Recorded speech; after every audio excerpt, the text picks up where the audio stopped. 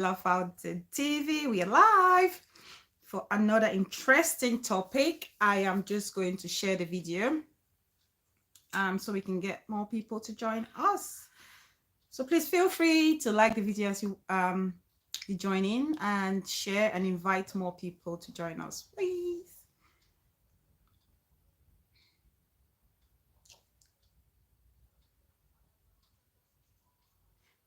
Right. Please like, please share. Let me know you're watching. Let me know you're there.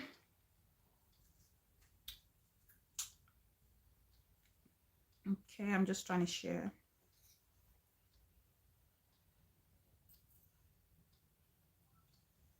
Hello, hello. I can see someone has joined in. Please say hello, say hi.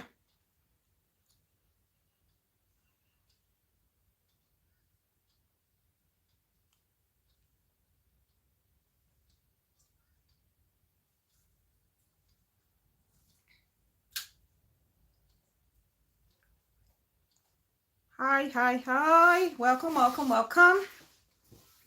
Please like the video as you come in, like and share. Mama Alicia, my love, you are welcome first in the house. Welcome, welcome, darling. How are you doing today?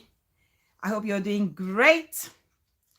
Please share as you come in, darling. Share as you come in. I'm just going to get more people to join us.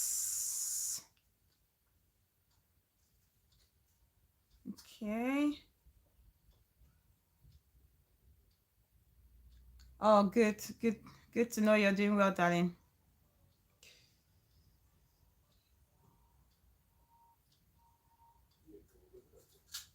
Ooh, better put this on silence.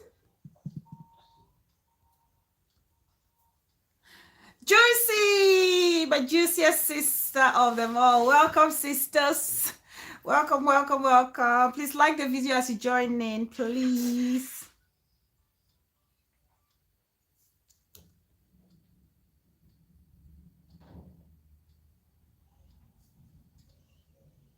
Gosh, Rush, the parrot has been missing for a long time. The parrot has been missing.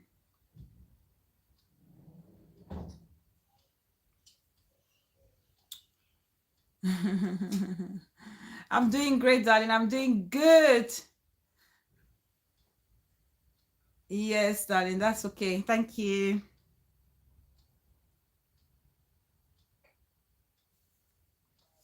Please like, please share. Let's get more people to join. I hope you all enjoyed Mommy Bree's show yesterday. It was really nice. It's always good to see misunderstanding among people who consider themselves family resolved in the beautiful manner. It was really nice. It was really, really good. So as you all know, hi Sharon M. Welcome, darling. Welcome, welcome. Lovely, lovely to have you here. So as you all have seen today's topic, it's going to be one that a lot of you will relate with as well. And I'm also speaking from first-hand experience as somebody who's been to a boarding school all her life. So I'm really looking forward to anyone who's had share the same boarding experiences to share with me. Feel free to, add your voice to whatever we're going to discuss today. Okay, it's very important. Let's share. That's the whole idea. We tap on each other's fountain of knowledge and learn and grow. And as always, if this is your first time here, you're very much welcome. This is the Bella House. Feel free. We are one small happy family, and we respect each and every person. No opinion is too little, so everything counts. And please remember, if you're new, to tap on that subscribe button, and don't forget to turn on your notification bell, so every time we go live, you will not miss a thing. And for my returning subscribers, thank you all so much. My sisters and my brothers who have been supporting me all this while, I really appreciate you all for your continued support. So I hope I keep giving you guys the right content and the useful one as well. So thank you, thank you, thank you. How the association can you Juicy wait. What's Juicy saying? Well, I'm just here to find out how association can't you. Juicy, I didn't get. I didn't get that. Say that again.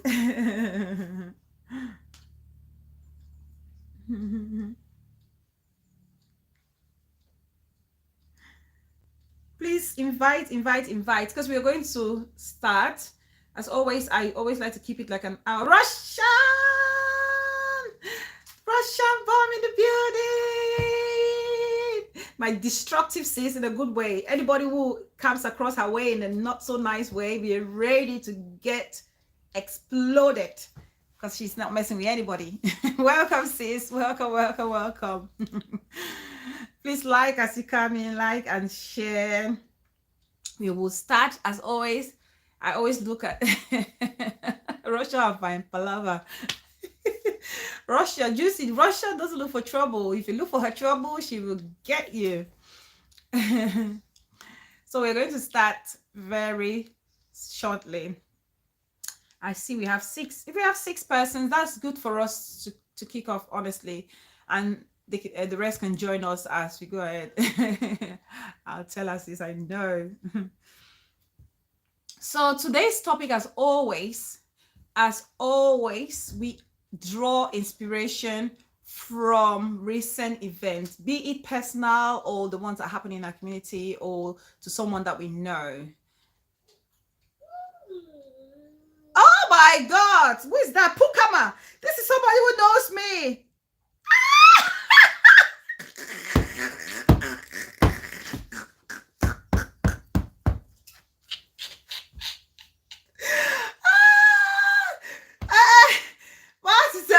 That you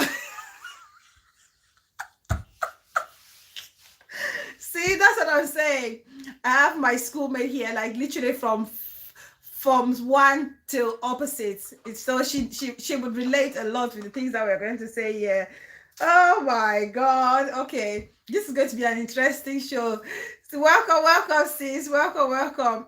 Please like the video as you come in, please. This is going to be an interesting topic. I hope a lot of people can relate to it. Put my rain. So this topic is actually influenced by, I'm sure you all heard, or some of you have seen, I haven't seen the video of the 10-year-old girl who allegedly was involved in this sexual activity with a group of boys. Okay, and her mom, I watched a video of her mom crying on social media, blaming the school for not looking after her daughter, okay, or not supervising the kids. So this school is a boarding school. I don't know if it's both boarding and day, but I don't know, but I think he has a boarding section. Okay, so this one is crying and saying the school failed her, and so she's asking questions and wants answers to all her questions.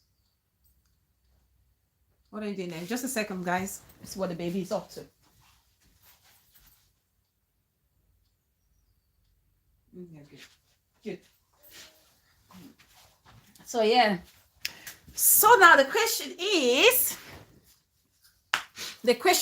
boarding school. Is it worth the pain, the money, the sacrifices? Is it a place that you should be proud to send your child to? Or is it just a safe haven or a safe space for people to exploit vulnerable kids?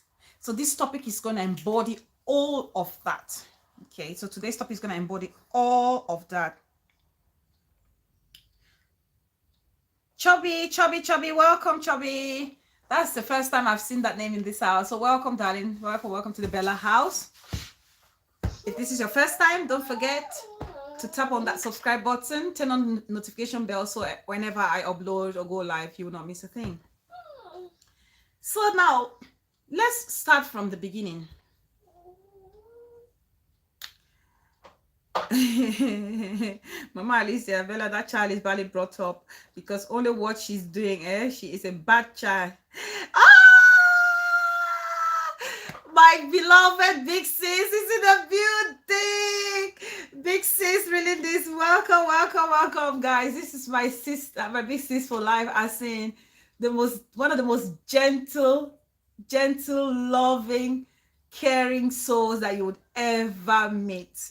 Welcome, big sis. Welcome today. I really appreciate you making the time. I know you're so busy. Welcome. It's good to have you here.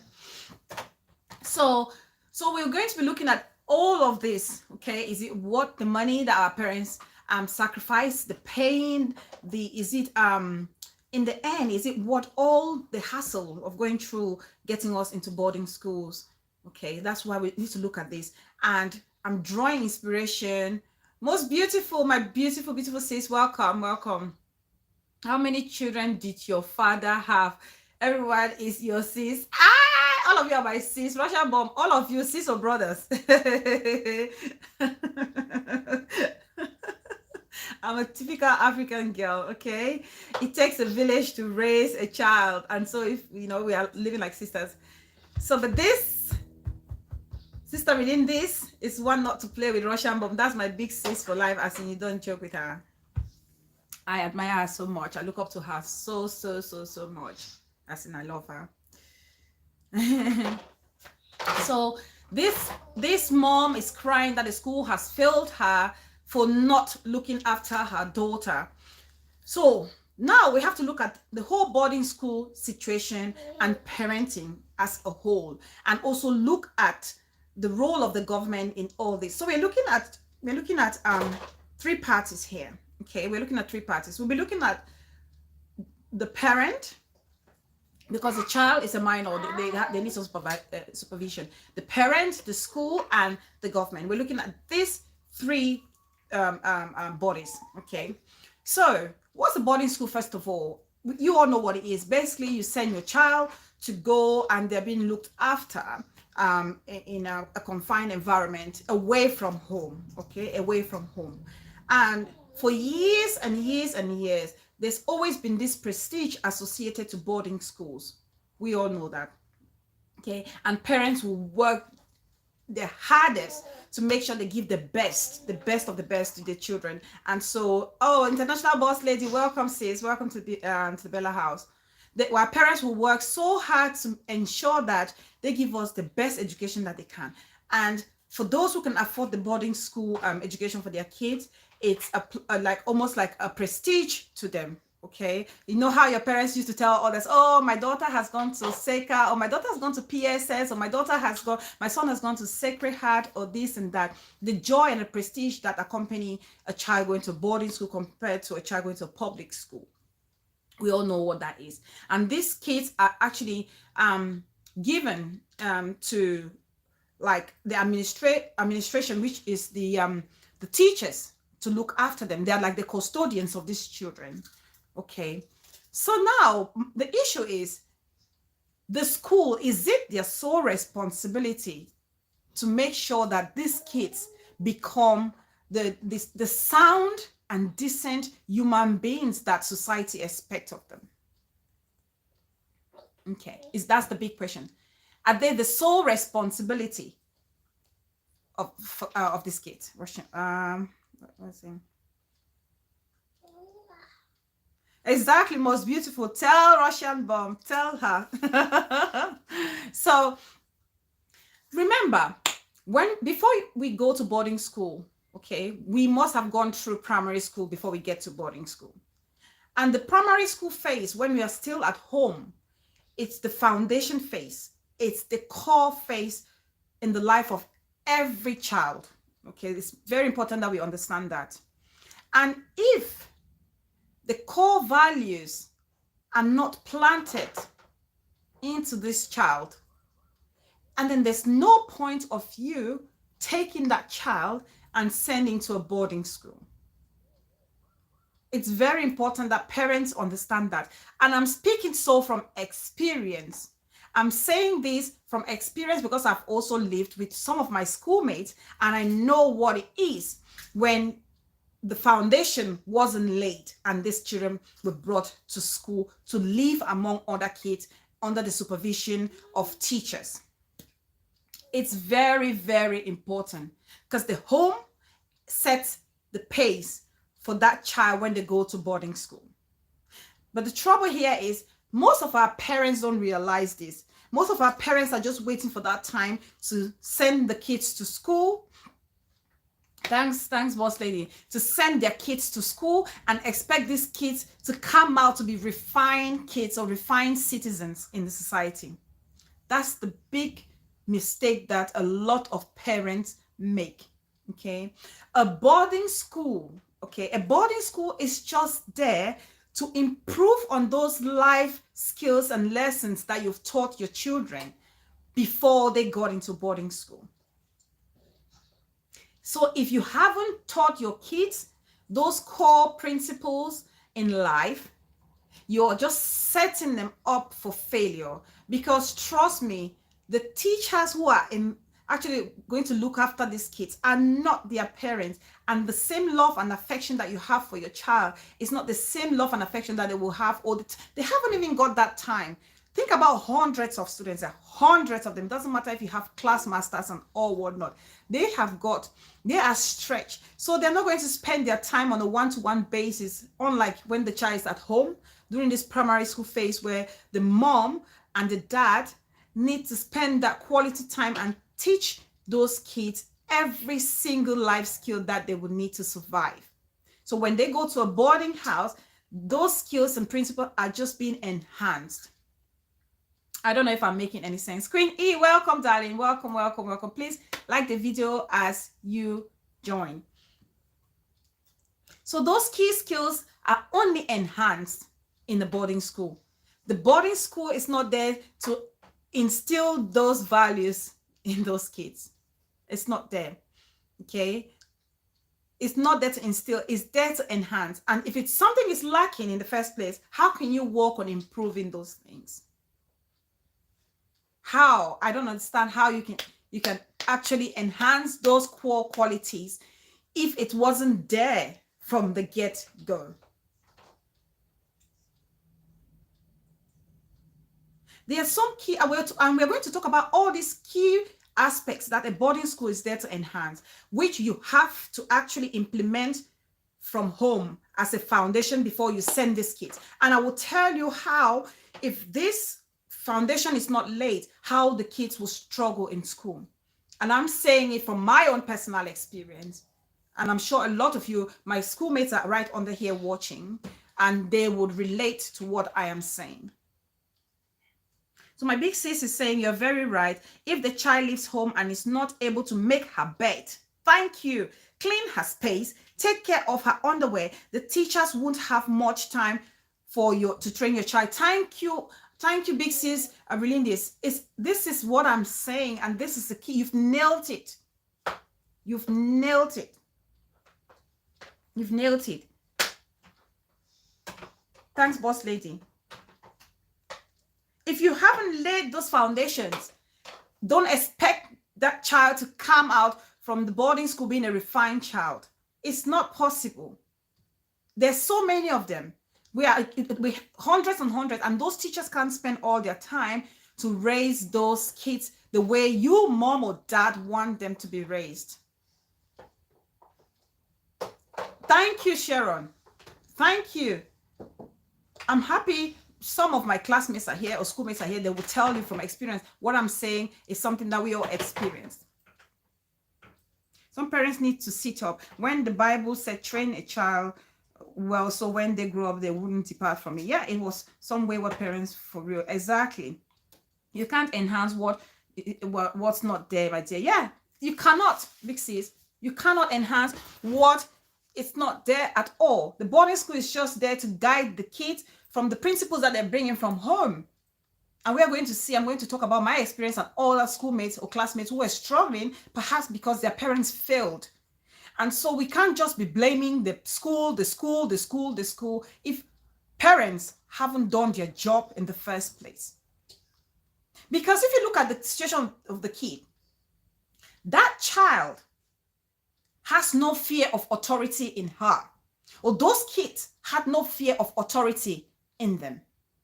Because at home, when you raise a child, they know that they have to respect authority, the father figure, but if they grow in a home where no respect is given, you have a family where the father is hardly there, the mother is hardly there. It's the house help raising the child every single day. The mom comes out, the dad comes back, and they don't even have the time to sit and talk to the child and ask about their day, how the day went. We're talking about from primary school, the foundation, From the foundation, we're talking about it here.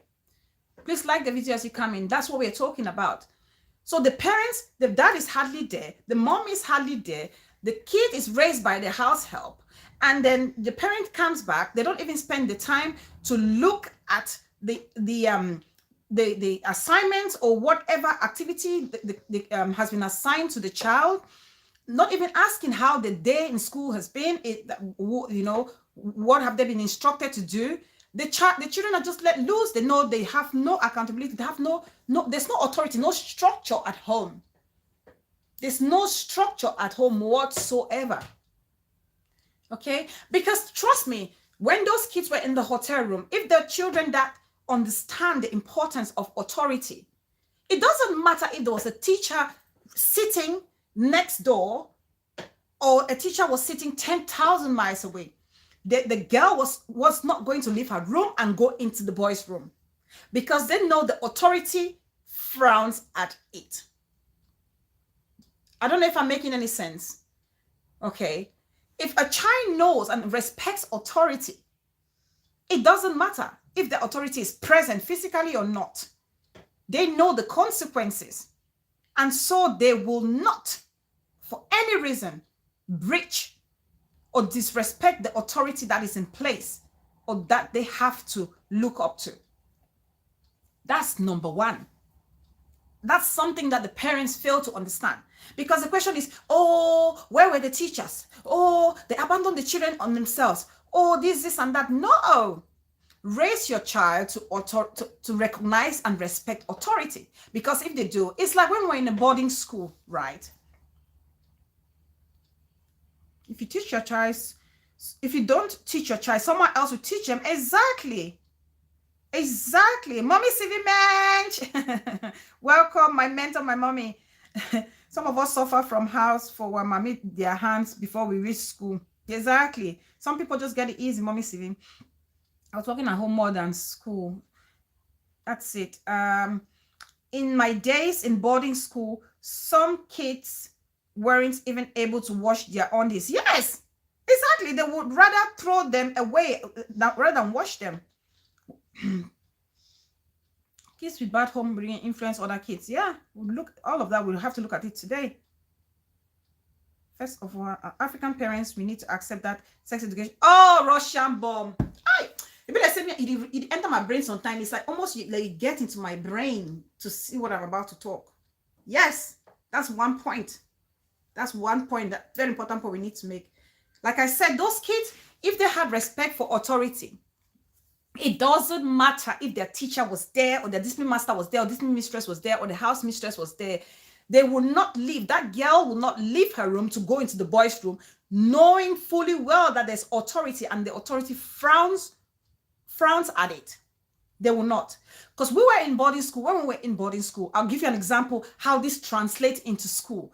Please, I'm hoping that parents will watch this. Please share it, send to your groups. This is a child who's I went all my life to a boarding school. I'm talking from experience, and I'm sure some of my brothers and sisters are here who can also relate. Send this to our parents so they understand the importance of this conversation before they send their kids to boarding school for them to fall victims. Because if they do, they are the ones to be blamed to start with. Okay? Because these kids, it's like they haven't respected authority, and this translates to school. It translates to school because there's no authority at home. It translates to school. They haven't respected the fact that they had teachers with them. They breached it. It's the same like we were in boarding school. Although we're living in a confined space. Okay, we're living in a confined space. We knew you had to be in your dormitory. You're not meant to leave the campus at any given time, even if there was a teacher present or not. You're not meant to. Okay. Some kids will stay and go nowhere. And if they had to go out, they would ask for permission if they had to go out. What you guys know that we call it exit. Back in the day, you request for exit. But there were other kids who would not request for edit. They would jump over the fence and they would escape. They were elope. You guys can relate with that if you've been in boarding school. Why do you think those kids are eloping?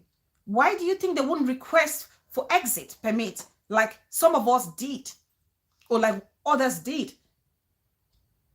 Okay, we know the authority needs to give, or they need to give us that go ahead to leave the campus, even if they're not present, because the boarding master cannot be there 24/7.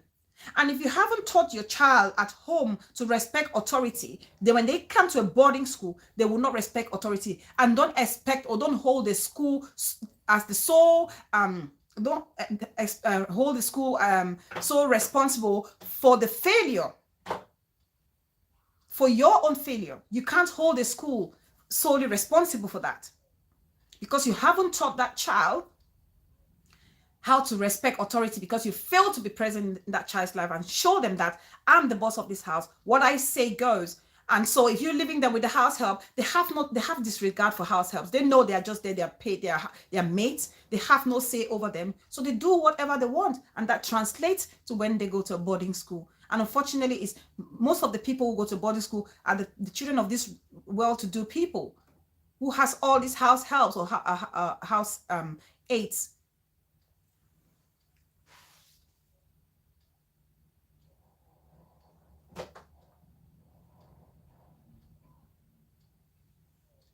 Okay, and like we come to the issue of the still on the matter of the girl, of the child. When it comes to sex education, a lot of us African parents, we shy from sex education.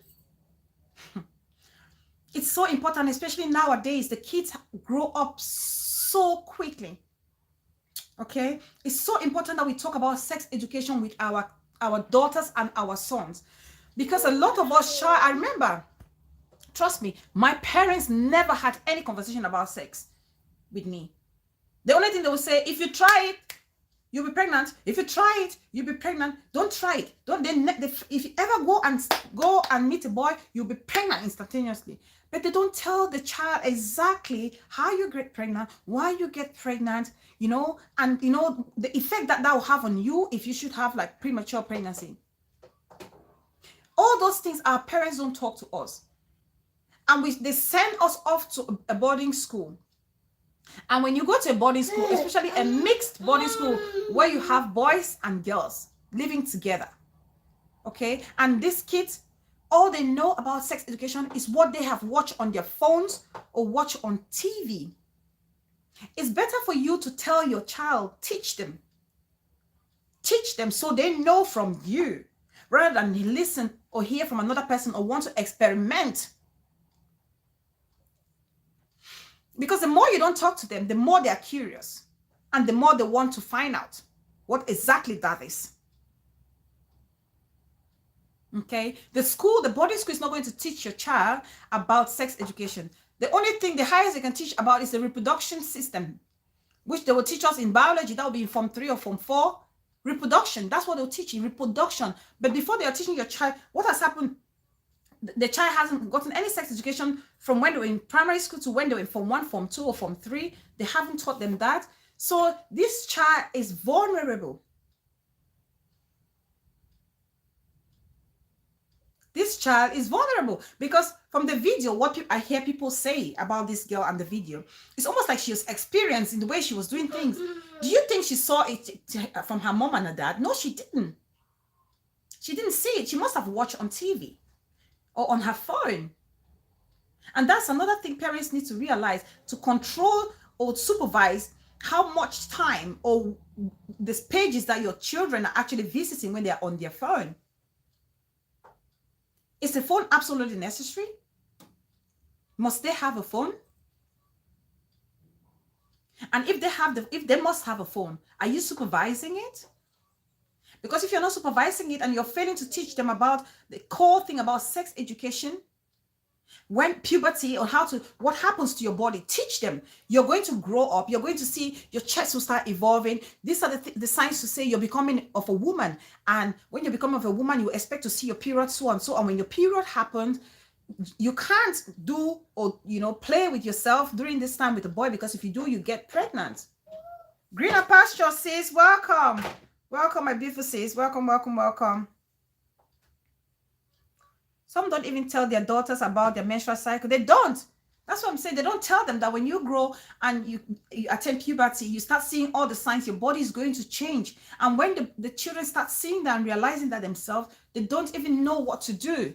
They're confused. And they have their hormones running all over the place. And that's when they are more vulnerable. And when they're in school and they have not been taught this, and then they see a boy, and they can't control themselves, these kind of things are bound to happen.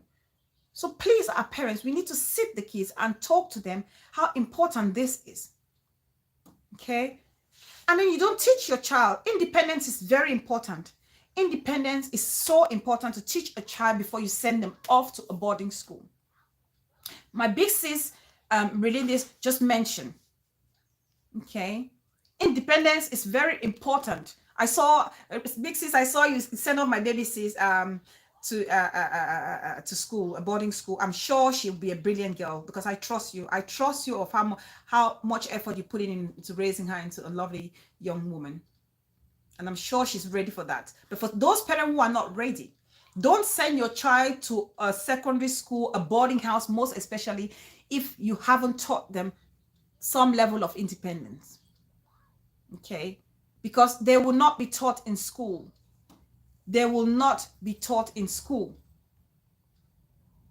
Because when they're in school, those kids, you can see the difference is clear. The difference is clear between the kids that had the foundation at home and the kids that didn't have the foundation at home. So when you come to school, you're expected to make up your bed. You're expected to clean up your uniform. You're expected to look after yourself. You know when to have your hair cut. And you're expected to look after your things. You had children who could not even wash their clothes. You had kids who could not even make up their beds in school. You had kids who could not even keep a pair of clean socks. You had kids who could not even wash their undies. And will you blame that on the school? Parents, this question is for you guys. Would you blame that on the school? I don't think so. And the problem is, I feel so sorry for these kids who were not equipped from home, because when they come to school, they have to go through all the pain and abuse and punishment, because maybe parents are not aware of this. Whenever the kids fail to make up their beds, there's a consequence for it. They get punished. When they cannot clean their shoes or their socks or keep a clean uniform or nice haircut, they get punished for it. So it's because of your parents not raising these kids to be independent and responsible, to be able to look after themselves to a certain level, that these kids are suffering in school. So this is almost like the teachers and the senior prefects or the senior ones in school are the ones trying to raise your kids through corporal punishment. Because that's what happens in school. So if you're a parent and you're not teaching your child how to be independent and they're not making up their bed, those kids are suffering in school. I'm telling you that for sure, for a fact. For a fact. Some of the kids have their bed mattresses thrown out because they cannot make it up. Some of them who cannot know how to take a bath. Some kids don't know how to take a bath. Some of them only know how to walk into a shower and shower. They really don't know how to take a bath. And in boarding schools, not all boarding schools have showers. Maybe now they've evolved and they have shower heads. And sometimes if those shower heads should break, they have to shower in a bucket. Some of the kids don't even know how to use their hands to shower, like a typical. And please remember, this conversation is focusing on our African boarding schools. I have no experience about boarding schools in Europe or in the diaspora. Yes, baby is also happy. She's saying, yes, mommy, you're right. So When you don't teach the child independence at home and these kids come to school, they suffer. You're setting these kids to fail because these kids will have the most horrible or horrific experience in the boarding school because they will be punished for every single time. G-Spot, welcome, darling. Yes, I know. Oh, big sis, really. I know. When I saw my baby sis in Seka, I was like, yes, I get faith. I get faith for my big sis and daddy. You guys are doing a fantastic job. You guys are doing a fantastic job. I see the way they're growing. Those girls are going to be amazing young women in future.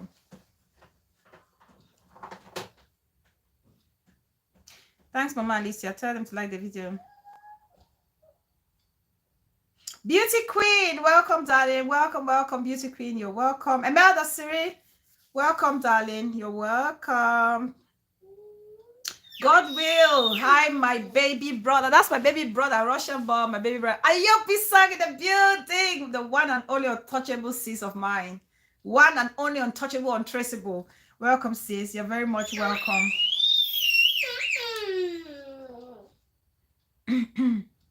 To be honest, I was shy talking about sex education to my kids, but my daughter started asking my logical questions. Exactly, sis. Big sis, you have to talk to her. Please. God help me. I can now teach them without being shy. Yes, it's absolutely important. If you don't teach them, some other person will teach them. Another child will teach them in school. Or some other person is going to convince them and tell them wrong information, and they're going to go to try what that child is saying. Because remember, they are peers and they believe in each other. They will confide in each other than they would in an adult. So if you don't teach them at home and they go and they are talking with their some of their peers, they will believe what their peers are telling them and they will fall prey and they will fall a victim. Yes, my love. They'll fall a victim. I'm so glad that you've taken the courage to have this conversation with them. It's very important, big sis. And you have to talk to both the boys and the girls, not just the girls, because the boys also need to realize their bodies will evolve, it will change, and they will start feeling otherwise. When they see a girl, they'll have a certain reaction. But what do they do when they have such a reaction? How to control themselves as young gentlemen. We need to teach them that. It's very important. Hola, Beauty Queen. Some parents don't know how to keep their privacy private. She probably saw them. I want to believe she didn't see her from my parents. G-Spot, my darling. Welcome, welcome, welcome. As a mother, Gina Pasha is saying, as a mother of a teenager, it was very hard for me to talk to them about sex education, but thank God the school had already introduced them to it. Exactly. And Greener Pasture says, I'm sure the school you're talking about is in the diaspora, right? If I'm not mistaken, because we're focusing now on schools back home in Africa.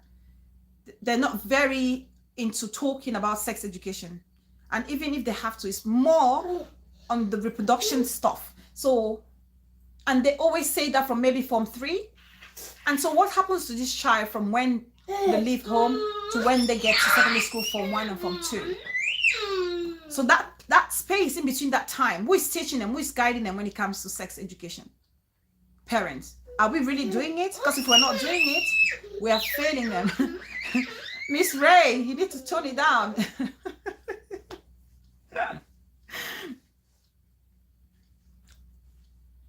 Independence and self-discipline. My dad didn't fail to tell me that always. Yes, Queen E is very important. Take up Baptist College. Please let us like the video. Yeah. Atkins Diamond, welcome, darling. And welcome, welcome, welcome. You're welcome, darling.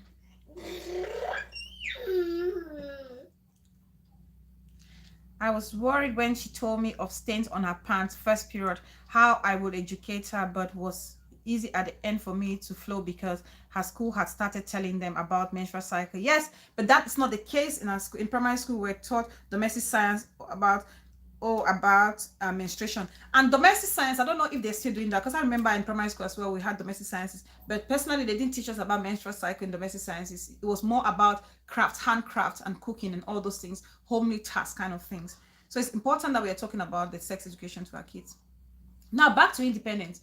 So remember to teach your kids how to be independent, how to be independent, because if you don't teach them how to be independent and you send them to a boarding school, they will not cope. And then the next thing is we'll blame the schools for failing to bring up those kids to be independent. No, you have to lay the foundation. That's what I say. The foundation is key. The foundation is key. If you can't lay the foundation, don't expect the school to perform magic to raise those kids to be independent citizens. No. The home from where they came from needs to set the pace. Needs to set the pace on how those kids have to be independent to look after themselves. It's very important. I can so relate with you, Greener Pasture, Assurance. It's okay to have such conversation with our kids. However, it can be easier said than done because our own mom had difficulties doing that. Yes, we need to break that cycle.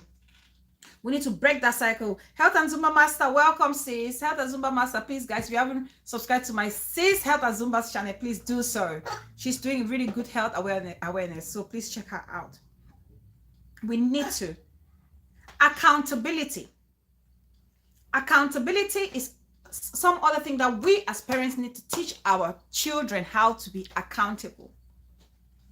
You have to teach our kids how to be accountable. You have to hold our kids accountable. We're raising kids nowadays where we feel like we have to spoil them rotten. Everything they ask, they get.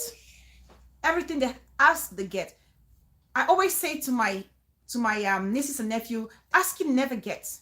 Okay, you must deserve something, and if you're having something, you must make sure you look after it and you're accountable for it. I don't just give you something. For example, you buy a phone to a child at home, and the next minute this child breaks the phone, and then that phone is replaced like that. Okay, that phone is replaced like that just because we have the resources to buy our kids' phones or replace the stuff for them as we so please. We expect that same attitude from schools. No, we have to hold our kids accountable from the get-go. If a child is not accountable, you need to make them learn that accountability is a key skill that they need to enhance and incorporate in every phase in life. Because if those kids are not accountable and they go to school, don't expect the teachers to look after their stuff or their senior prefects or their bigs, because they will not. That's why you see a lot of kids, parents, you complain a lot. Some parents will say, oh, I send a kid to school with a full trunk, with a full school needs, uniform, cups, buckets, calories, this, that, and that, and the kids come back home with none, and the trunk is empty, nothing to show for. That's lack of accountability right there. And that's because it wasn't inculcated into that child from the get-go at home. Some of the kids, when they come to a boarding school, because they are not responsible and accountable, they just keep their things anyhow. They misplace them as they so please. You know, a child will come to school and they have 6 pairs of socks, and before the week runs, the first week in school, they have nothing left. They have plates, cups, and spoons and knife. They have nothing left. You see a child sitting in school in a refectory, they can't eat because they haven't got a plate or a spoon. And the parents are always blaming the school as if the school should be the one to make sure that they wash the uniforms for the child, they wash the socks, and keep it nice and safe. We should stop all the blame game, parents. It's all about accountability from home, the get-go. I remember in school, my schoolmates Auntie Titi, welcome Auntie Titi. In school, my principal, oh my God, Reverend Fomuso, one of the best principals I've ever had in my life. He was one person who actually, he used his method of administration to teach the parents that you have to make an effort before sending the kids to school, because if you don't blame the school. And he did that so well. What he did, I'll tell you what my principal did. What he did, my schoolmates are here, they can attest to that. During, for example, if you were, let me say, if you disobeyed or you found yourself into any corporal punishment, okay, what they did was, some of the students who were punished, you will go around the campus, under the dry lines, in the bushes around the campus, Pick all the missing items, be it uniform, be it spoons, cups, everything. And you know how things were like, okay? Before you went to boarding school, you had your name marked on your uniform, on your plates and everything. Make sure that it doesn't get lost or stolen. So the principal would use the students or assign students to go around, pick those things, the uniforms, the shoes, and buckets and everything that children have just abandoned because of lack of responsibility and accountability. They've abandoned under the dry line, in the bushes and everywhere. They will wash them nicely, package them, and keep them and preserve them. And on the day of PTA, the principal will bring out all these items and display them in front of the administrative block. He will display this item in front of the administrative block. Kelly Makochi! Kelly Makochi, welcome, darling. Welcome, welcome. Effectively mentor them closely, but nowadays people... Let me read what my sis Greener Pasture is saying. Bella Fountain says it's not easy for people who have so many kids to effectively monitor them closely, but nowadays people don't have many kids and things are better now. Of course, sis, with kids is more challenging. The more kids you have, the more challenging it is, obviously. But I'm just trying to say, before they leave home, primary school, sometimes you just need... Thank you, Queen E. Sometimes... All right, it's a good suggestion. Queen E, actually, I was running a Facebook page with my sister. I can't go to Facebook because I actually have a Facebook page. It's called Yours and Mine. I was running with my sister. It has about 13,000 followers on there. And because my sister is so busy at the moment, we've put that on pause. We'll come back to that. We talk a lot of educative program topics on there as well. So if you want to check, just search Yours and Mine. You will see a picture of myself and my sister. That's our Facebook channel, and we talk a lot about other things. Yes, my love. So check that out. So on my sis Greener Pastures point, yes, I'm pleading on parents to spend just 10 minutes of their time a day to talk to their kids. Find out how the day was, what they're struggling with in school or at school, and see how they can help them. Some of them just abandon them to the house helps, especially the rich ones. They abandon them to the house helps and expect those kids to grow with certain values. And then when those values are not there, they expect the school to bring out those values from those kids. And that's where there's a problem. And the kids need to understand, like what you're saying, my sis Greener Pasture, that's already taking accountability. You saying that those kids are many and you struggle to monitor them, it's already taking accountability. But some parents don't. Some parents don't. You know, you saying that, for me, that's already accountability. And that's something I'm sure you're teaching your kids, to be accountable, to say, you know what, I failed, I'm struggling, and this is what I'm struggling with. And not just push yourself to the back and push the blame to someone else. Which that's what a lot of parents do. Yeah, check it out, Queen E. Check it out. It's the channel is called Yours and Mine on Facebook. Anyone wants to check that out, you can feel free to check that out. We haven't posted it in a while, but it was one beautiful page.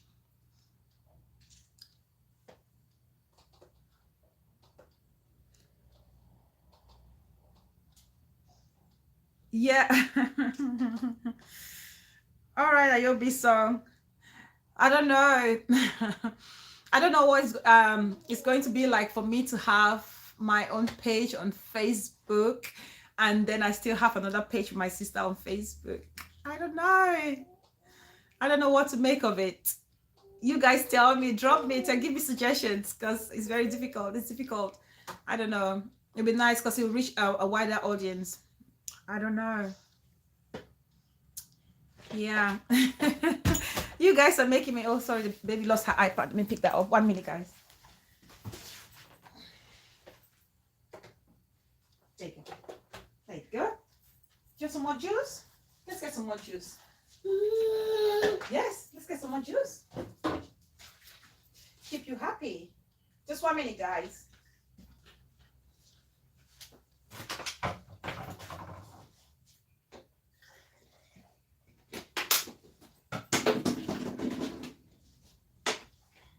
There, my love. Drink, enjoy yourself. So going back to what my principal would do. So my principal, to show the parents that they failed to raise this kid to be accountable and responsible, he will bring all the items on PTA and display them, display them for parents to see. So parents can see, because what parents will always complain is, oh, they stole my child's clothes. I sent them to that school. They're stealing things. I'm not thinking that they misplaced them, they lost them. It's always, oh, they're stealing my child's stuff in school. And when they display it, that's just to tell parents, your kids are not looking after their stuff. Stop blaming us, the school, because here they are. If they've come to you and said they've stolen it, they haven't stolen it actually. They just failed to look after their things. And that's why we're displaying it, so you guys can see. And I thought that was an amazing method to show to the parents that the school is not the sole responsibility for making sure that these kids are responsible and accountable for their things. Okay, I remember personally, I was one of those very, how can I say? I was very confident in school, very bold, but very bubbly as well. Okay, I could go to the boys' dormitory. People know my story even. I used to be a very tomboy. I could go to the boys' dormitory to look for my stuff. I remember once somebody said to me, oh, Bella, I saw your bucket in the boys' dormitory, in the Awasum dormitory. And I went right there. I went looking for my bucket and I got my bucket. I got my bucket because I know if I go home without the bucket, I'll be in trouble. And that's what parents need to teach their kids at home. Yes. My schoolmate is here, Cheryl, she knows my bucket. I went to get my bucket from the boys' dormitory. And that's accountability. And that's because I've been taught to say, listen, you have to come back with a bucket. You need to look after your stuff, because if you don't look after your stuff, you will get punished for it. So I knew my bucket was missing. I sent words everywhere. I'm looking for my bucket. And so when my bucket was found, somebody hinted me that the bucket was in the boys' dormitory. I marched down to the boys' dormitory to get my bucket. So the kids need to learn that. So this was actually put in me from when I was a child, to know you have to be accountable and be responsible for your things.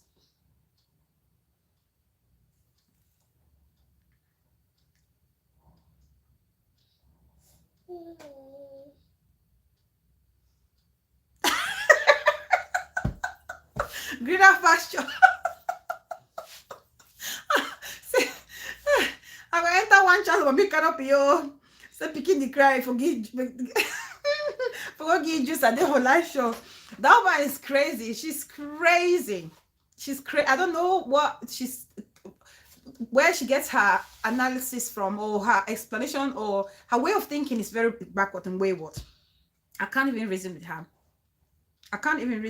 Kelima Kochi. I can't even reason with her. Some parents are overprotective, which is not also good.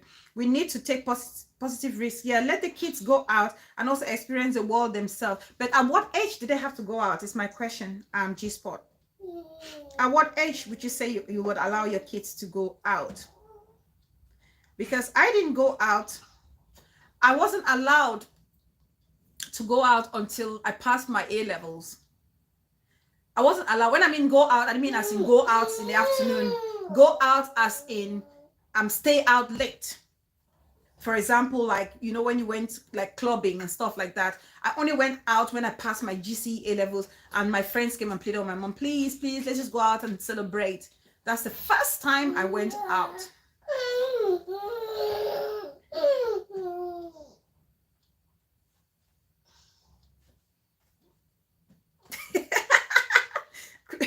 Beauty queen, no, I didn't beat anyone.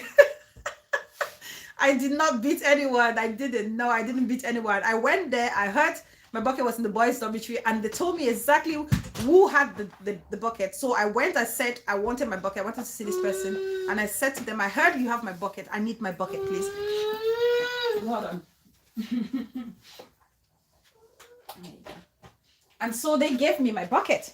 And I took my bucket home and I used my bucket from 1 to Form 5. I had the same bucket. I never lost them. Not at all. Not at all. Let's go again to another area to which the school actually is just there to enhance. Planning and organization. Planning and organization is another aspect that parents need to teach their kids at home. We need to teach your kids how to plan and organize themselves. Okay? They need to know. Some kids, some parents allow their kids to stay in bed till 11 a.m. Some of them are served breakfast in bed. They have no routine when they're in primary school, and they carry the same kids and send them to a secondary school, and they expect these kids to survive. Yes, Queen E, I think that's a reasonable age. Yes, I agree, sis. I agree with you. So you have no routine at home. Kids sleep and get up when they want. They eat when they want to eat. They go out when they want to go out and come back as they so please. They play nothing at all. They are not having any routine and whatsoever. And you send these kids to school. These kids are going to struggle. These kids are going to struggle when they go to school, because remember, the boarding school is only there to enhance the qualities and values that you instill or embed in the kids or your children. Hot bugs in the building, my sexiest sis of them all. Welcome, sis. Welcome, welcome, welcome. I hope you're doing okay. Please like the video as you come in. So, if a child hasn't got any routine at home, don't expect that child to cope in a boarding school. They can't cope in a boarding school. That's why you see some kids in the boarding house, because when we're in a boarding house, you have a time you have to get up, make up your bed, get out of the dormitory and go down for morning devotion before you have your first classes and then breakfast. Okay, so time consciousness, time management, it's so important. And if those kids are not taught that in school, at home, don't expect that to be taught in school, because if those kids don't have that foundation laid, they are going to struggle. It doesn't matter how much the teachers are going to be putting in. They come back home, that's still lacking. Those kids, it's just going to be waste of time and energy for the teachers, to be honest with you, trying to enhance anything that wasn't there. Okay, so there's a routine in school. You get up, you make up your bed, you go have a shower, get ready, go down for morning devotion, have your first 2 periods, and then go have your breakfast, and then go back, and then you're having the rest of the class, and then go close for the day and have your lunch, go back for siesta, and then after siesta you have your dinner. You go down to preps, which is preparation and reading, and after preparation you have to go back to school to get your stuff ready for the next day. And you can tell how some kids were struggling with this routine. You can tell how some kids were struggling with this routine because from the get-go, they didn't have this routine, put in place at home. I used to feel sorry for some of my schoolmates or my classmates when we're in the boarding house, because some of them, you can see them, when it's time for them to come out of the dormitory after they've had their shower, they're still struggling. They're there so slow, they can't even keep up with the pace, and they're kicked out. You see kids struggling to dress up under the drying line, some of them having their shoes and sandals running out like that without anything, because they haven't structured and planned themselves that, okay, I need to make sure I polish my shoe the night before I go to bed. So when I wake up in the morning, I don't have to struggle to polish my shoe. I make sure I fold my uniform and put it underneath nice and straight under my bed. So I get up in the morning, it's all ready to be worn. I put my books and everything that I need for the day, the particular lessons that I have, so I don't have to get up and struggle to look for it in the morning.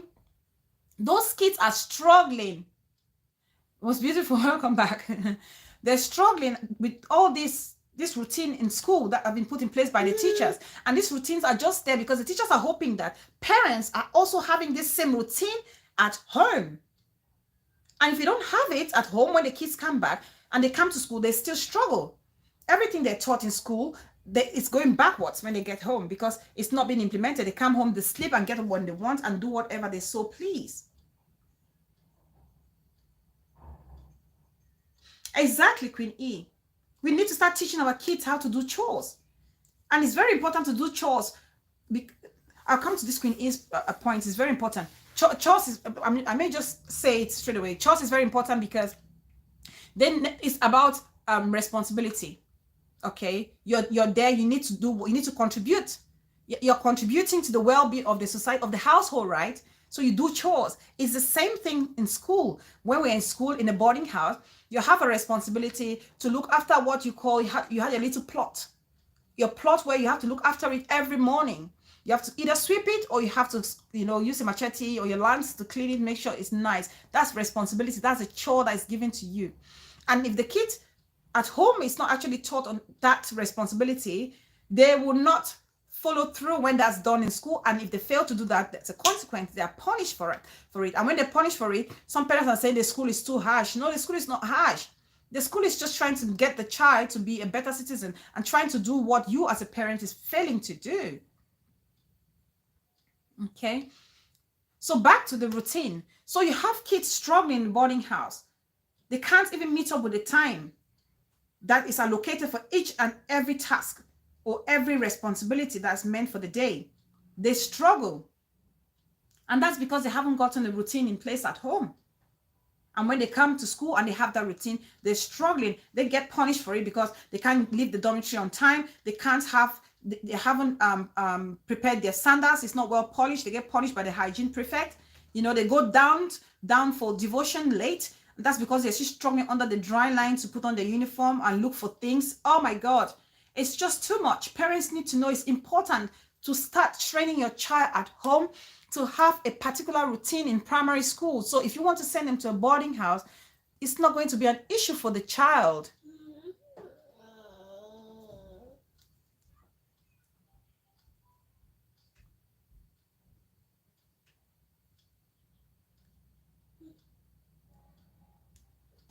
So that's absolutely important.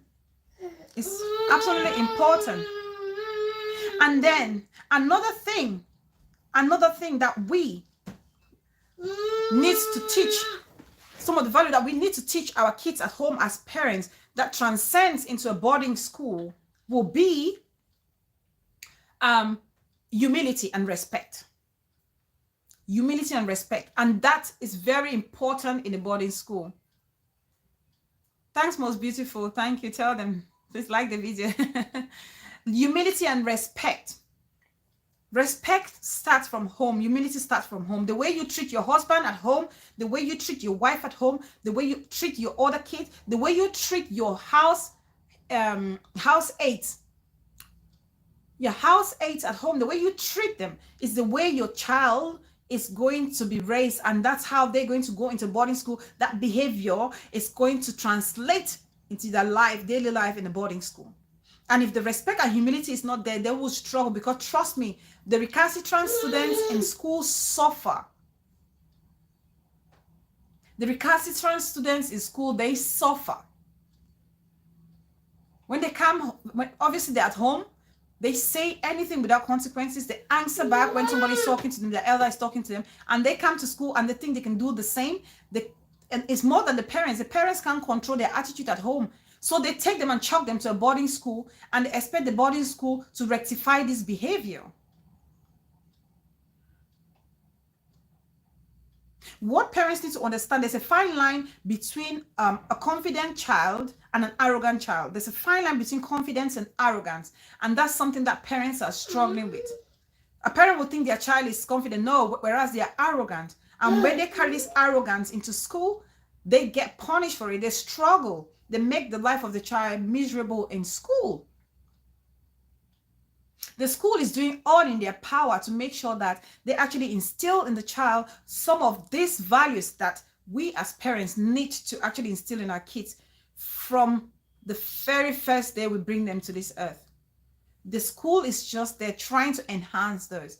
And so if you don't actually put it into place, they can't do everything in their power to put the values in your child when it's not actually happening at home.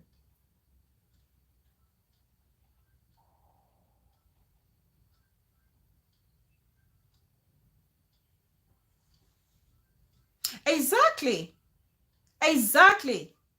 That's we're going to talk about that one as well, Queen E. I love your contribution, sis. Thank you so much. Thank you so much. They're the same kids who become bullies in school.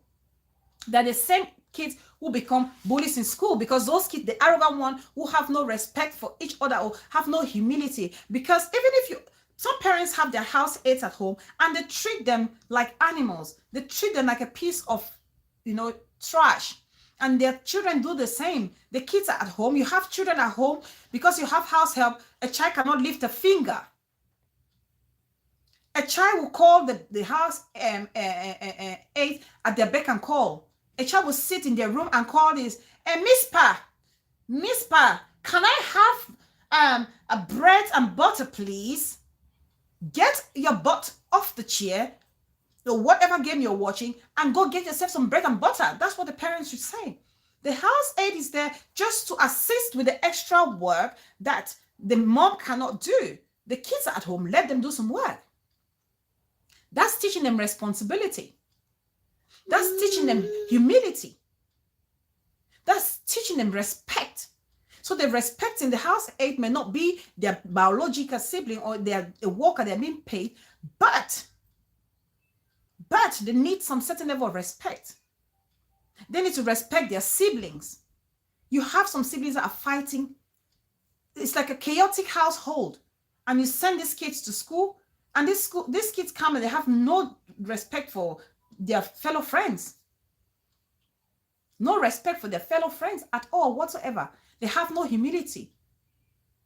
And the school tries their best to teach about humility and equality at all costs. The school, how do they do this? I remember in my days in my secondary school in PSS, about foot. We used to, in the beginning, we used to go to school. We used to go to school with our own outfit, casual outfits. You could go to school with your casual outfits. You could bring any outfit that you saw, please. But there came a time where the school administration decided that no more outfits except uniforms to be brought to school. And when you're a child or as a kid, you would think that it's not fair. Why? You want to swag in school, you want to do this. All the rich kids want to show the latest outfit, the latest baggy jeans that actually was available in town. We have to show the latest trainers and all whatnot.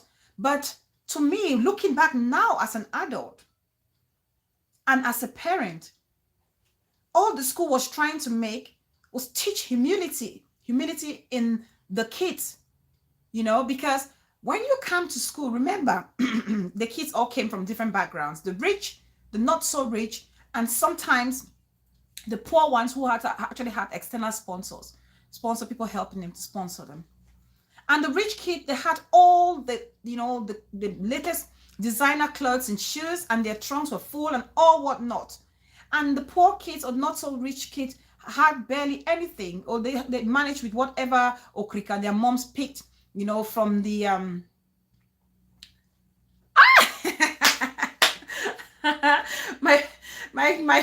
my sister and classmate is saying, Annie, I remember that you're baggy and the pic you took with behind the big rock.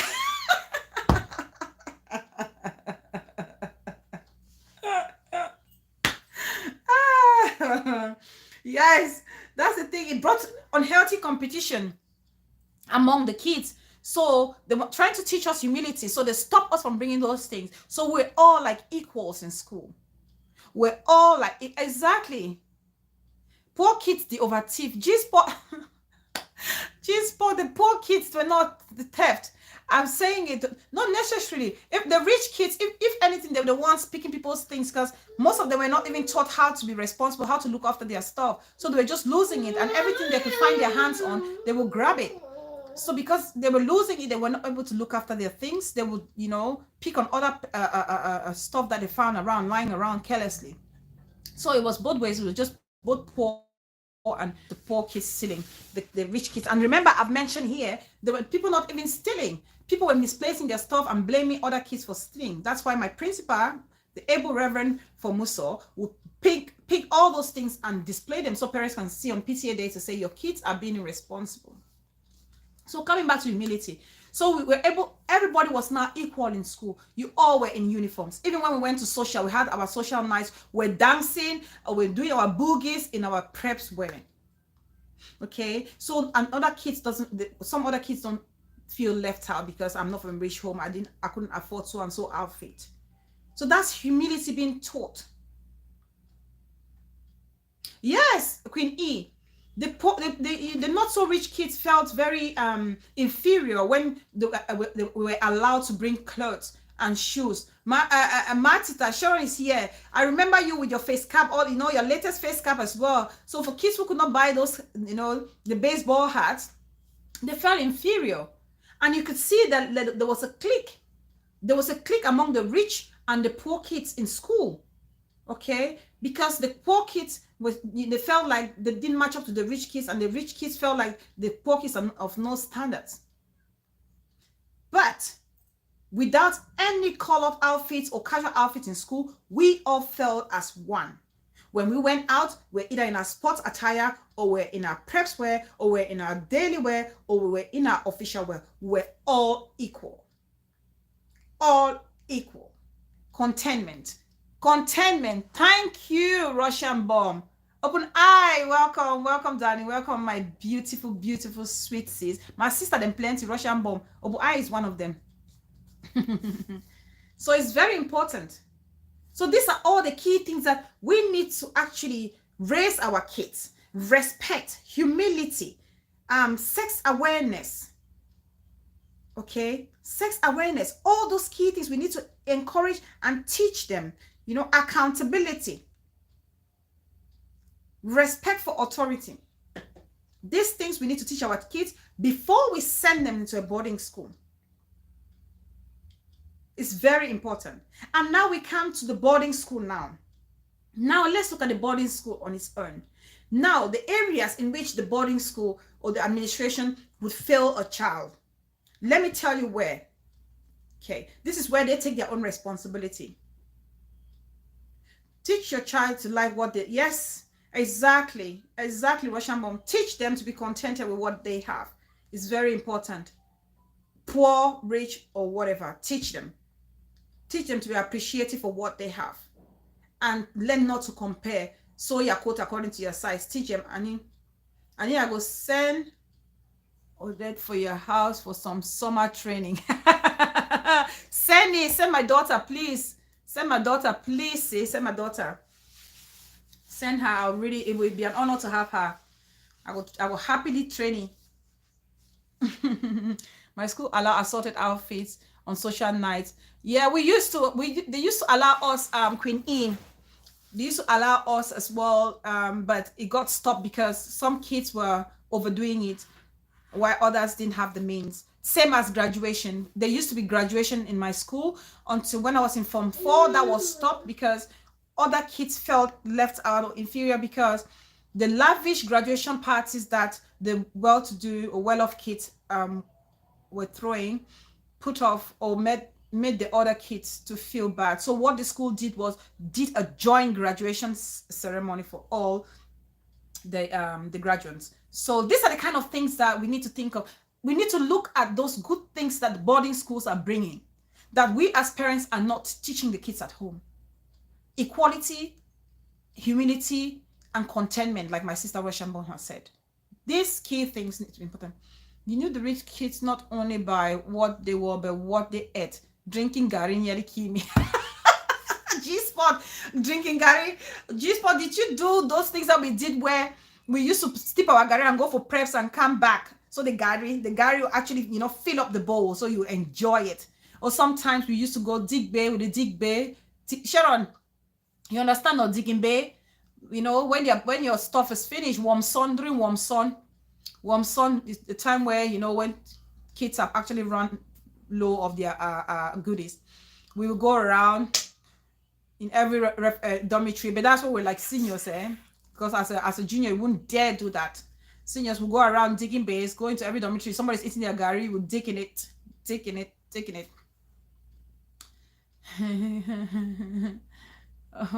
Mommy, papa things. So yeah, so now let's look. Yes, G-Spot, remember, yes.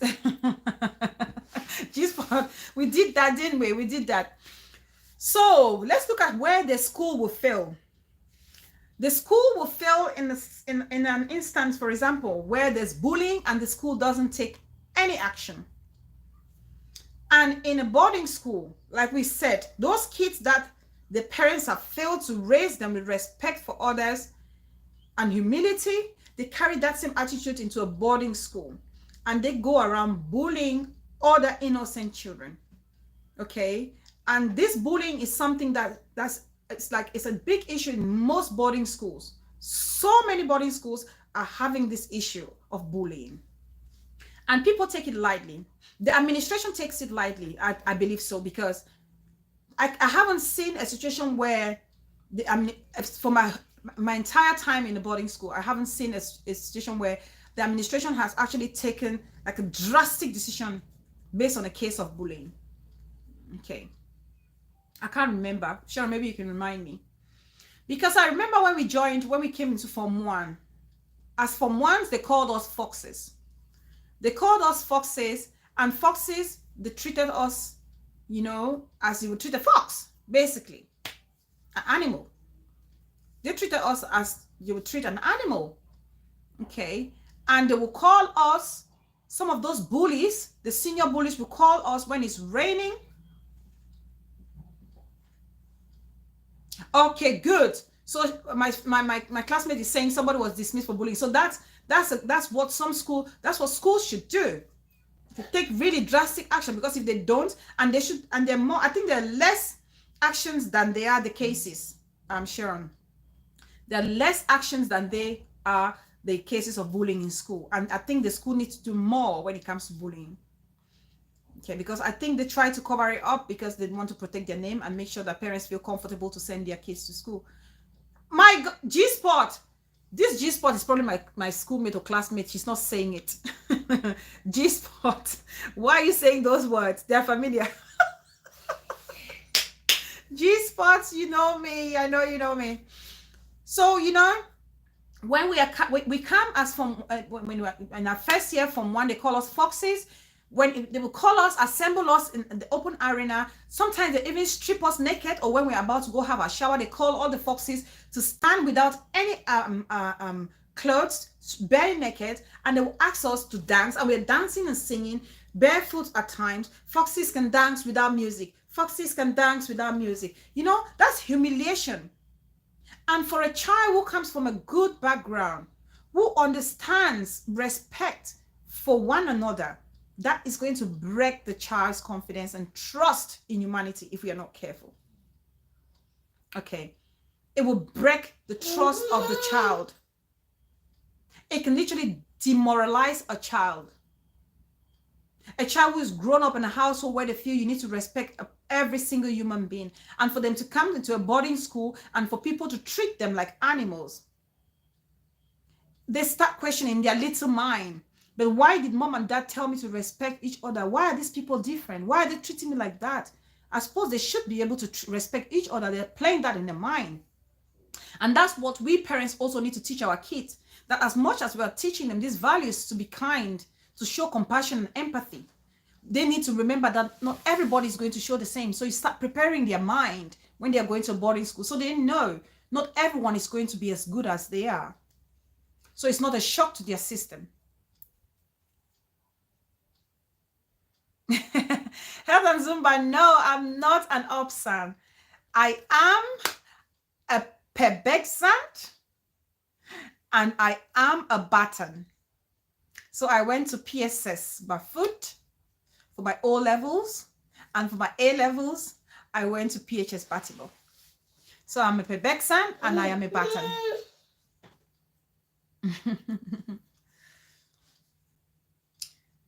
So we will do Foxes Can Dance Without Music. Yes.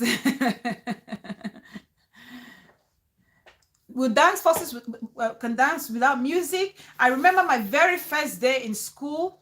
My very first day in school, my very, very first day. That same evening I landed in school. In the evening, some senior person gave me her used sanitary towel, sanitary tissue, to go and put it in the toilet. She stood in front of the dormitory. She gave me her used sanitary tissue to go and put it in the toilet, to dispose of it. Yes, Queen E.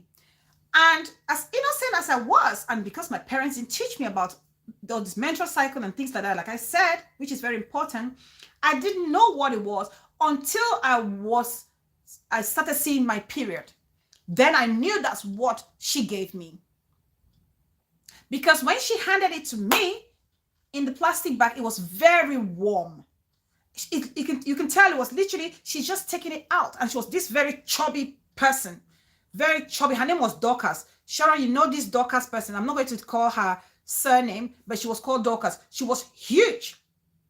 Okay. And she took out the sanitary towel and she gave me warm, fresh sanitary towel to go and dispose in the toilet. Yeah. And you can imagine, so many children go through that, the abuse. And my problem is, we report this to the teachers. We say that to the teachers, to the body master, to the discipline master. Not much is done about this bullying thing. Not much is done about this bullying thing. There's something I remember as a junior student where it's called Shangshi. Shangshi, they call it. Shangshi, they called it. Okay. Shangshi, they call it. Or G-spot is option. Where the boys, this happened mostly in the boys' dormitory, where the boys, it's almost like an initiation. They will go around throwing candle wax in the eyes of foxes, of the freshers, throwing candle wax and slapping them in the middle of the night while pointing a torch in their eyes so they can't see anything. That's the level to which children were being bullied in school. And I remember a day where a child was being displayed in school who was, and after being bullied, and the eyes were swollen because candle wax was poured on his eyes, and he was beaten by one of the seniors with this thing called Shangshi. Okay, and the school needs to take drastic action, and they need to tell and call parents and let parents know that this is happening, and this is what parents need to know.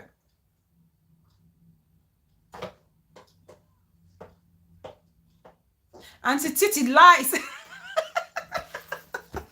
Auntie Titi, you're lying. Auntie Titi, you're lying. I won't believe what you're saying there.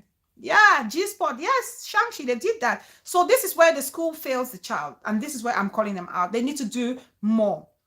They need to do more when it comes to bullies. Okay? That's where the school fails. And then the responsibility, and this we're going to the conclusion now. The responsibility of the state, okay, is to make sure that the school looks after the kids based on the agreement that the school or the contract that the school is entering with the parent. Okay, the school should be able to account for the child's whereabouts and what's happening to the child's day-to-day activity. Okay, as much as enhancing those values that those kids are bringing from their various homes, the kids should be the school should be accountable for this child's day-to-day activity and the child whereabouts if need be. The school should be responsible for educating the child academically. Okay, it's very important. A boarding school, without a doubt, has a huge importance in the life of a child. The confidence that we grow with as, you know, going to boarding school, the confidence that you have as a child from a boarding school, because you're taught, it's almost like this mentality where you feel like you're more superior than those in the public school, and you carry that with you all your life. I'm not saying that's a reality, but you're brought up to think like that. And so when you stand out among your friends and your peers in the community, you feel like you have that confidence to speak. Don't get me wrong, there are other shy children or shy adults who have gone to a boarding school all their life, but 99% of the time, children from a boarding house are very confident, and that's an advantage of going to a boarding school. Progressive, take all those. No, that's why boarding schools are very picky and selective, especially when it comes to academic. So the school has to make sure they give you the best level of academy, make the resources accessible to the child because they are paid for it. Okay, the parents paid a huge sum of money. Hi, oh my God, UC Spaces, thank you so much for joining. Thank you. Guys, that's another YouTube sister of mine. Please check her channel out. She's got beautiful content. Thank you so much, sis, for joining. So the school needs to make sure that they provide the best level of education in the boarding house, because the parents are paying a huge amount of money to make sure that these kids have the best education. That's why when you see all the 100%, that's when you see the parents spending all the money, is because they want to see all the 100% success in the child. Okay, so the academics and as well as the upbringing of the child is important for the school. But remember, you, the parent, you set the foundation for the school to work with. If you haven't laid the foundation for the school to work with, trust me, the school is just going to focus on the academic side of it. And if a child should be academically rich and lacking in social skills and other social values, then there's just no point for that child going out into the society, because they will struggle. Kelly Makochi. Wait. Kelly Makochi. Queen E said na over sabi the do boarding school picking them not they teach them that. Yes, sometimes the over sabi is because of the overconfidence, and that overconfidence can come as cockiness sometimes. Okay, so that's the responsibility of the school, looking after the child, protecting the child in the confined, the safe confined space that they are, making sure the child is taught as they should be, following the curriculum and all whatnot, and working to enhance those values that parents have actually instilled in their child. And then for the government needs to hold the school accountable if they should fall short of their contract with the parent. Okay, if they should fall short of their contract with the parent. Especially when it comes to this bullying session. We heard about the case of that Sylvester child who was bullied to death, and the school was closed, but that school was open again. And you think, what sanction did they actually give to the school? And there are so many schools that have actually, escaped punishment. They've escaped punishment from the government because they really don't have a structure that would go to hold the schools accountable when they fail or breach their own contract between themselves, the child, and the parent. The government has to be very firm on holding schools accountable in that respect. Yeah, exactly, Queen E. Some kids feel boarding school is all. It's not. That's why I say it's very important. You can go to a boarding school all you want, but if you don't have those core values of respect for each other, regardless of their status or class or gender, humility, accountability, okay, love, empathy, okay, if you don't have that in you, there's just no point. That's why they say you go to school, school don't pass through you, kind of, because you've gone to school, you're educated, but you're lacking in this core values and principles. That's just no point. So if you're a boarder or you're an ex-boarding school student, you think you've arrived just because you went to a boarding school. No. There's more to just going to a boarding school. Apart from having the excellent grades, the all-star, there's more that comes with it. There's more that comes with it. So the government should hold schools accountable and responsible when they fall short of their expectations as custodians of kids or the children that are in their care. Okay, I know sometimes the governments are more loyal to the schools because obviously those schools are paying them a huge amount of tax. Huge amount of tax. So when they think about closing the school, they're going to lose money. So they will do their back game and make sure that these schools go back and operate because they need their tax paid so the government can benefit from it. But why would you put the life of innocent civilians or citizens at stake just for the mere fact that the school is paying you money and you cover up cases? So in concluding this, I would like for us to please stop the blame on schools. Take responsibility as parents. Know that the schools are just there as true custodians. They're just there to enhance the values that you instill in your child from the day you brought them to this earth. Okay? They are not there to raise your kids for you. You raise your kids and give it to the school to carry on from where you left it.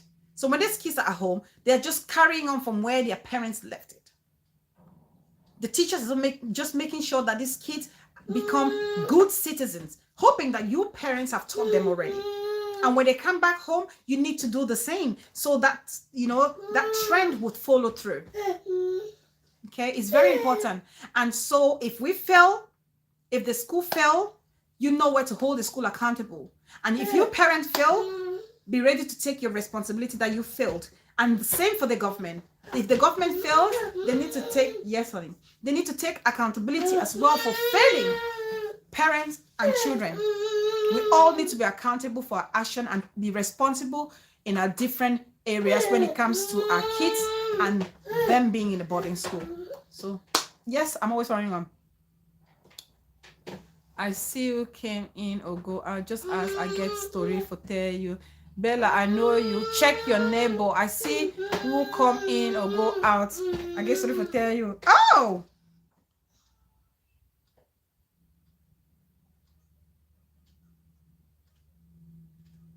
Oh! Oh! Somebody's deleted Ayobi son's message.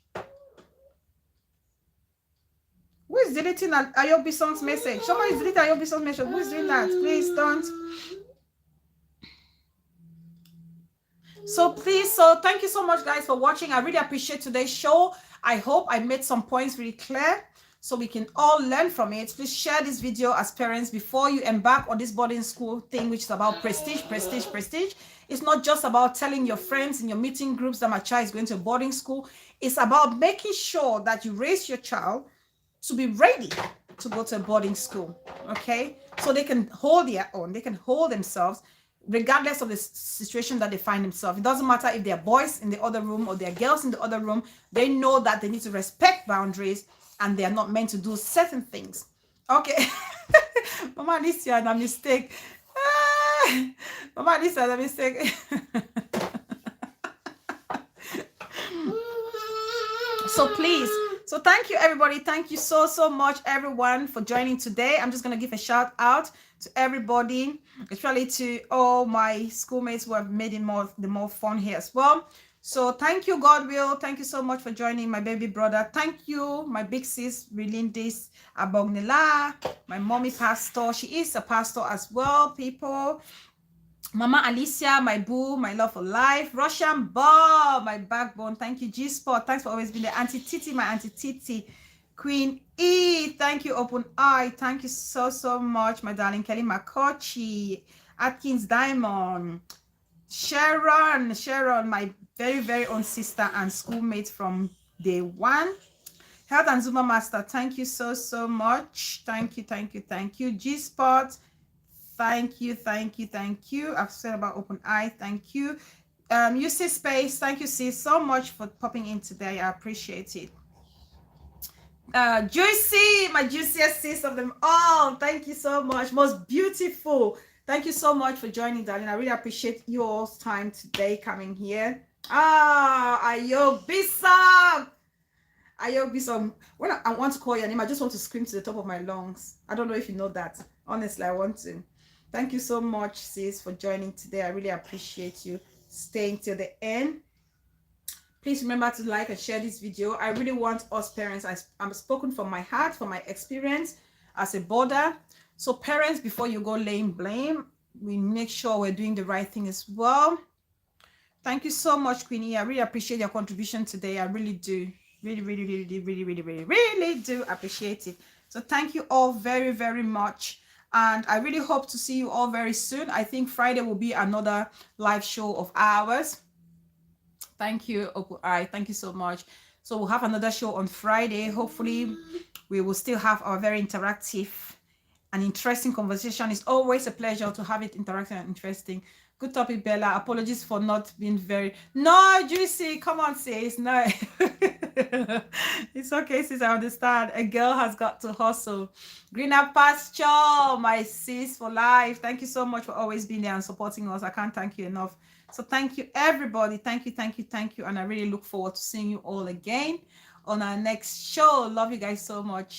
Enjoy the rest of your day. Thank you. Mwah.